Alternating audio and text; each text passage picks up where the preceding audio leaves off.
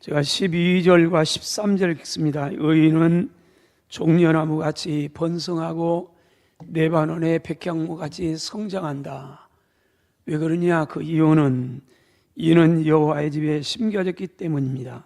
우리 하나님의 뜰 안에서 번성할 겁니다. 그는 늙어도 여전히 열매가 맺혀가고 진액이 풍족하고 입이 청청하는데 그 이유는 여호와의 정직하심과 나의 바위가 되심과 그에게는 불의가 없기 때문에 그렇습니다. 시인의 고백입니다. 여러분, 오늘 저와 여러분에게도 이런 열매가 충만하기를 축원합니다. 가을은 풍성한 결실의 계절입니다. 산도 들도 열매로 가득 맺혀 있습니다. 그래서 한가위라 가득 찼대요. 근데 가을에는 굶어 죽을 일이 없대요. 농산지에서 산에 가도 들에 가도 다 있대요. 열매가 인심도 풍성해져 가요. 이게 우리 이 결실의 계절이에요. 열매가 아주 주렁주렁. 근데 열매도 좋은 열매, 아름다운 열매가 있는 건 반면에 나쁜 열매, 못된 열매도 있답니다. 예수 산상복음에서 마태복음 7장 17절로 20절 이와 같이 좋은 나무마다 아름다운 열매를 맺고 못된 나무가 나쁜 열매를 맺습니다. 좋은 나무가 나쁜 열매를 맺을 수 없고 못된 나무가 아름다운 열매를 맺을 수 없습니다. 아름다운 열매를 맺지 아니하는 나무마다 찍혀 불에 던져지냐 이러므로 그들의 열매로 그들을 알게 됩니다. 좋은 열매는요, 좋은 나무에서 맺히고 못된 열매는 나쁜 나무에서 맺힌다는 겁니다. 근데 우리는 종종 거꾸로 생각합니다. 좋은 열매를 맺히는 것은 좋은 나무다. 나쁜 열매를 맺히면 나쁜 나무다. 우리는 결과를 보면서 판단을 해요. 근데 성경 그러지 않아요. 원인이에요, 원인. 좋은 나무는 좋은 열매를 필연적으로 맺을 수밖에 없고, 나무가 나쁜데 좋은 열매를 못 맺고 나쁜 열매를 맺는 아주 당연한 겁니다. 원인이죠, 원인이요. 사람이 좋은 사람은 좋은 열매를 맺고 나쁜 사람은 나쁜 열매를 맺는 건 아주 당연한 거라는 겁니다. 아무리 미사역구를 동원하면서 자랑하고 포장을 해도요, 열매가 나쁘면 나쁜 나무. 여러분, 어디 예수님께서는 나무를 말씀하고 있는 겁니까? 인생을 말씀하는 거 아닙니까? 이사야 5장 4절에 주님이 이스라엘 백성들 보면 탄식하면서 이렇게 말합니다. 내가 내 포도원을 위하여 행한 것 외에 주님에게는 포도원이 있었답니다. 그 포도원을 위해서 주님께서 얼마나 열심으로 포도원을 가꿨는지 거기에 원두막도 짓고요. 하여튼 포도원을 잘 지키려고요. 또 거름도 주고요. 돌멩이도 다 그런 옥토를 만들고요. 필요한 걸 다 주었습니다. 그러면서 말합니다.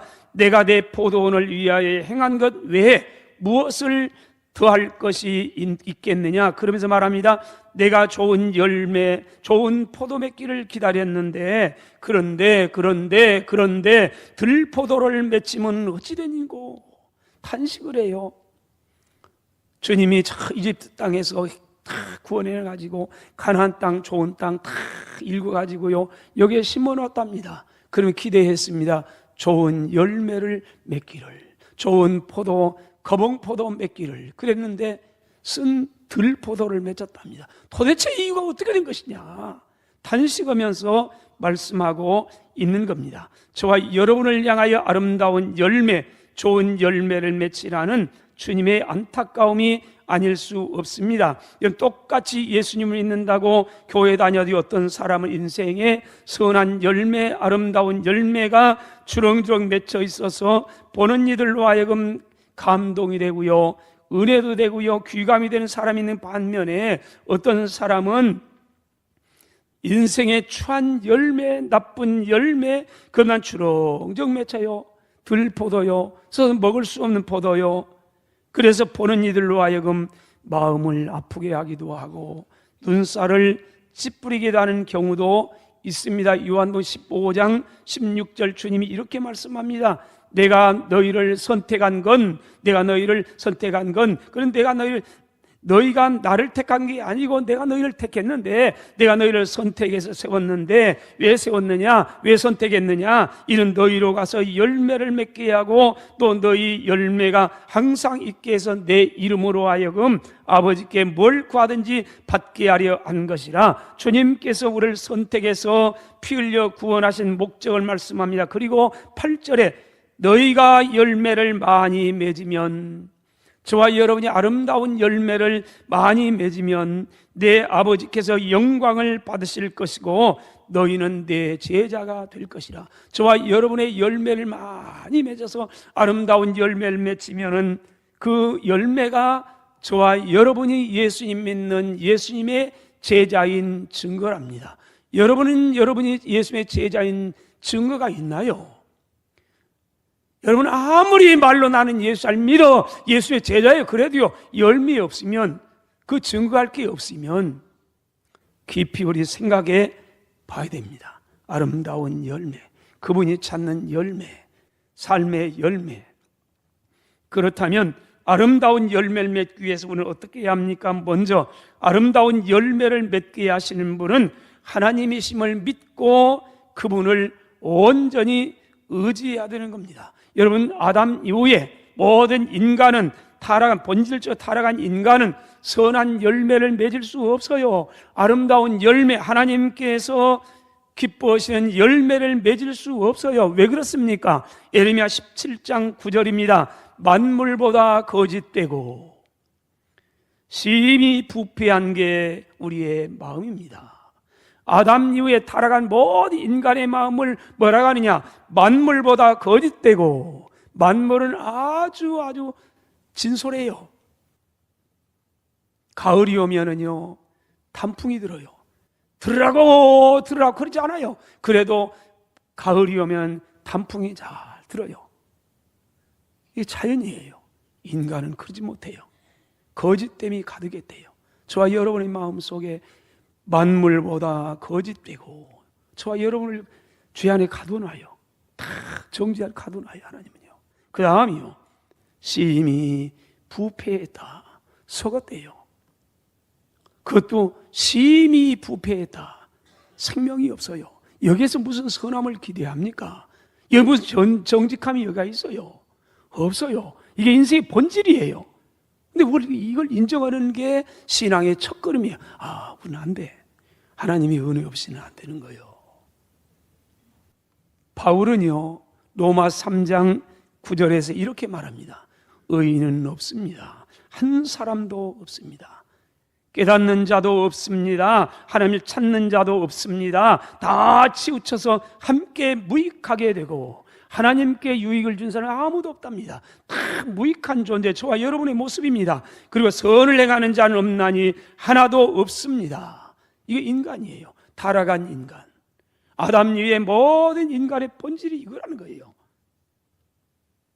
그런데 어떻게 종려나무같이 번성하고 내반의 백향마같이 성장하고 아름다운 열매를 맺을 수 있느냐? 오늘 12절 13절 의인은 종려나무같이 번성합니다. 내반의 백향마같이 성장합니다. 이는 여호와의 집에 심겼기 때문입니다. 우리 하나님의 뜰 안에서 번성하게 될 겁니다. 여호와의 정직하심과 나의 바위가 되심과 그의 불의가 없음이 선포되라. 하나님이 정직한, 그 하나님의 정직하심이 우리를 열매를 맺게 한대요. 저와 여러분이 정직한 게 아니고요.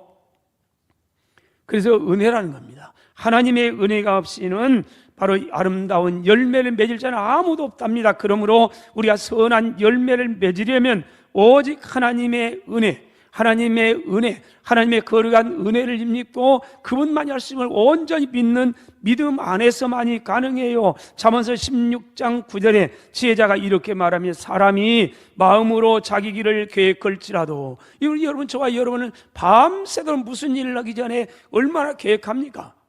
만리장성 쌓습니다. 잠을 자면서 쌓다 부수다 한 부분 계획을 하면은 이 만리장성 쌓아요. 그런데요, 우리가 계획한다 해서 그 계획이 내 계획으로 다 됩니까? 그러면이야 대통령 안 될 사람 없어요. 왜 그런 줄 아세요? 사실이에요. 우리 초등학교 다닐 때 다 그랬어요. 네 꿈이 뭐고? 그랬더니요, 대통령. 아니면 이순신 장군. 근데 이순신 장군은 하나밖에 없어요. 역사상. 근데 우리 친구들 대통령 된 친구 하나도 없어요. 계획은 인간이 세워요. 그러나 그 걸음걸음을 인도하시는 분은 여호와이시니라. 마음은 계획은 사람이 세웠지만 계획을 이루어 주시는 분은 하나님인 줄로 믿습니다. 그분이 우리에게도 아름다운 인생에 개인적으로, 가정적으로, 교회적으로, 국가적으로 다 그분의 손 안에 있다는 거예요. 그분의 은혜를 받으면 그래서 그분이 인도에 가요. 열매를 주렁주렁 몇 개요. 고린도전 3장에 보면요, 바울이 고린도에 왔습니다. 아니, 하나님께서 고린도에 보냈습니다. 왜요? 고린도 지역에 하나님께서 바울을 보내면서 그렇게 말합니다. 이곳에는, 이 성에는 내 백성이 많다. 그래서 보냅니다. 두려워하지 말고 전해라, 구원해라. 그래서 바울이 하나님의 보냄을 받아 고린도에 갔습니다. 그리고 열심히 복음의 씨앗을 심었습니다. 고난과 박해 중에서 최선을 다했습니다. 많이 힘들었습니다. 그래도 기도하면서 뿌렸습니다. 구원의 놀라운 역사가 일어났습니다. 열매가 맺혔습니다. 고린도 교회가 건강하게 아름답게 무럭무럭 세워져 갔습니다. 거기 한 사람이 더 왔습니다. 아볼로가 왔습니다. 거기 또 땀 흘려서 항상 함께 했습니다. 그랬더니 교회가 건강하게 무럭무럭 자랐습니다. 그런데요, 근데 바울은 우리가 열심히 심먹고 우리가 뿌렸고 우리가 이게 아니고요. 뭐라고 고백하느냐? 6절로 7절입니다. 나는 심었습니다. 아볼로는 물을 주었습니다. 그러나 오직 하나님께서 자라나게 하셨습니다. 그런즉 심는 사람이나 물 주는 사람이나 아무것도 아닙니다. 오직 자라게 하시는 이는 하나님뿐이니라. 여러분 믿습니까? 이게 바울의 고백이에요. 근데 우리는요, 아니에요. 내가 심었는데, 내가 물 주었는데, 내가 이렇게 땀 흘렸는데, 그러니 내가 한 거지. 바울은 또 그래요. 그러면서 여기 단어, 독특한 단어를 사용합니다. 두 번 거듭 오직 하나님께서 자라게 하셨습니다. 하나님께서 자라게 하셨습니다. 오직이라는 말이 유일하다는 말이에요. 땀 흘리지 않은 거 아니에요. 수고지 아니한 게 눈물 많이 뿌렸습니다. 고린도 교회를 위해서요, 아름답게 자랐습니다. 근데 고백해요. 오직 하나님께서 자라게 했습니다. 한 걸음 더 나갑니다. 고린도전 15장 10절입니다. 내가 모든 사도보다 더 많이 수고했습니다. 베드로보다, 요한보다, 야고보다 더 많이 수고했습니다. 여러분, 이게 교만입니까? 이거 사실이에요. 그 어떤 사도보다도 바울 사도가 많이 수고해서요, 땀 흘렸어요. 지중해를 2바퀴 반을 돌았어요. 유럽에 갔어요. 고생했어요. 바울이 고백합니다. 내가 모든 사도보다 더 많이 수고했습니다. 근데 그 다음이 중요해요. 그러나 그래요. 내가 많이 수고했습니다. 그러나 내가 한 게 아닙니다. 오직 나와 함께 하신 하나님의 은혜였습니다. 여러분, 충성하세요. 헌신하세요. 그리고 고백하세요. 하나님께서 축복하셨습니다. 하나님께서 은혜를 베풀어 주셨습니다. 이것이 겸손한 신앙생활입니다. 내가 아무리 해도요, 그분이 열매 맺도록 축복하지 않으면 다 헛수고예요. 건강 그분이 주야요. 지혜 그분이 주야요. 누군가 내 곁에 아름다운 믿음의 사람 만났어요. 회사 갔더니 좋은 친구 만났어요. 여러분 가정에서 가족 만났어요. 교회들 좋은 교우들 만났어요. 그래서 우리가 행복이 가는 거예요. 은혜요. 수많은 사람 만나요. 그런데요, 참 이 만남은 기가 막혀요. 저와 여러분은요, 20세 말에 21세에 보내서 이 땅이에요. 그것도 대한민국 땅에 보냈어요. 한번 보세요. 생각해 보세요. 기독교 2000년이에요. 인류 역사가 6000년이 될지는 모르겠어요. 이 긴 기간에 우리를 이때 보냈어요. 이때. 그것도요, 지구가 촌이라고 합니다만 지구는 얼마나 시간 넓어요. 미국 땅에 보냈더라면 우리 만납니까? 못 만나요. 내 옆에 있는 사람이 얼마나 소중한지요. 미국 땅에 북한에 태어났다면요, 못 만나요. 근데 여기 태어나서 대한민국 땅에, 그것도 천주 땅에, 그것도 또 여기에 또 예수님을 같이 믿네. 그래서 만났어요. 이 만남이 우연입니까? 이 만남이 얼마나 소중합니까? 열매는 하나님께 만들어요. 인간의 삶 속에요, 모든 선한 열매 하나님께서 다 축복하셔요. 인간 노력 가지고 안 돼요. 근데 그분 다 땀을 또 우리의 수고 가운데 그분이 복을 줘요. 하나님의 복을 받아 인생의 아름다운 열매를 주렁주렁 맺는 저와 여러분들이 되시기를 축원합니다. 그렇다면 예수님의 하나님의 은혜로 구원한 저와 여러분 어떤 열매를 맺어야 합니까? 먼저는 예수 믿는 사람은 예수님을 닮아야 합니다. 갈라디아서 5장 보면요, 두 열매에 대해서 얘기합니다. 먼저 19절로 21절, 육체의 열매는, 육체의 일은 분명합니다. 곧 음행과 더러운 것과 호색과 우상 숭배와 주술과 원수 맺는 것과 분쟁과 시기와 분냄과 당지는 것과 분열과 이단과 투기와 술 취함과 방탕함과 또 그와 같은 것들입니다. 전에 너희에게 경계한 것 같이 경계하노니 이런 일을 하는 사람들은 하나님 나라를 유업으로 받지 못할 겁니다. 내가 열매가 있습니다. 성적인 열매, 음행, 더러운 것, 호색, 이게 육체의 열매랍니다. 종교적인 열매, 우상 숭배, 술수, 종교적인 타락입니다. 교회 안 간다 그 말 아닙니다.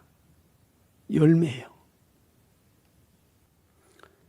사회적인 방종, 원수 맺고 분쟁하고 시기하고 분내고 당짓고 분열하고 당파 싸움하고요. 네 번째가 술로 인한 방종입니다. 술 취하고 방탕하고.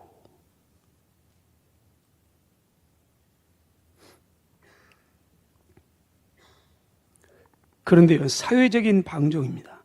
원수 맺고 분쟁하고 시기하고 분내고 네 편 내 편 가르고 분열하고요. 이게 육체의 일합니다. 왜 이런 열매를 맺으면 안 됩니까? 21절, 이러한 일을 하는 사람들은 하나님 나라를 유업으로 받지 못하기 때문입니다. 그 다음이요, 21, 23절, 성령의 열매입니다. 오직 성령의 열매는 사랑과 희락과 화평과 오래 참음과 자비와 양선과 충성과 온유와 절제입니다. 이 같은 것을 금지할 법이 없습니다. 성령의 열매에 대해 얘기합니다. 먼저는 자신과의 관계에 있어서 아름다운 열매를 맺어야 합니다. 이 예수님 닮은 겁니다. 사랑과 희락과 화평의 열매. 내 안에 사랑이 충만하고 예수를 믿는 믿음이 기쁨이 충만하고 마음에는 주님으로 말미암은 평안이 충만해야 함. 이것이 신앙생활의 축복입니다. 이런 축복의 열매가 오늘 저와 여러분들에게 맺혀지기를 축원합니다. 두 번째는 대인관계에 있어서 맺혀지는 열매입니다. 이웃과의 관계에 있어서 아름다운 열매를 맺어야 한다는 겁니다. 여러분, 오래 참음과 자비와 양선이라. 오래 참음, 사랑은 오래 참는 거랍니다. 인내랍니다. 이런 열매, 그 다음 자비롭고요, 양선의 열매, 좋은 열매, 이런 열매가 풍성할 때 인간관계에 성공이 오는 겁니다. 세 번째로 하나님과 관계에서 아름다운 열매를 맺어야 됩니다. 충성과 온유와 절제의 열매라여 충성입니다. 신실한 열매, 믿음의 열매, 온유와 절제의 열매, 이런 열매가 오늘 저와 여러분에게 있는가? 그 얘기입니다. 신실한 열매, 믿음의 열매. 왜 우리가 예수 믿는 사람이 이런 열매를 맺어야 합니까? 24절, 그래서 예수의 사람들은 육체와 함께 그 정욕과 탐심을 십자가에 못 박았기 때문입니다. 따라서 합시다. 하나님이여 예수님 닮게 하옵소서. 아멘. 할렐루야. 다음으로 영혼 구원의 열매를 맺어야 합니다. 이 세상에서 가장 귀한 열매가 있다면 뭐라고 생각합니까? 사람의 목숨이지요, 생명이지요. 생명보다 더 귀한 게 이 세상에 없습니다. 내 목숨보다 더 귀한 게 없습니다. 7, 80년 사는 육체의 생명도 소중할진데 영원한 생명이야 두말할 필요가 없지 않겠습니까? 마태복음 16장 26절, 사람이 만일 온 천하를 얻고도 제 목숨을 잃는다면 뭐가 유익하겠습니까? 사람이 뭘 주고 제 목숨과 바꾸겠습니까? 사랑하시는 여러분, 아름다운 열매가 주렁주렁 맺혀져가는 결실의 계절입니다. 농부의 기쁨은 아름다운 열매에 있습니다. 하나님의 기쁨은 저와 여러분들이 맺혀드리는 아름다운 열매에 있습니다. 저와 여러분들의 모습은 주님을 닮았나요? 몇 명이나 구원했습니까?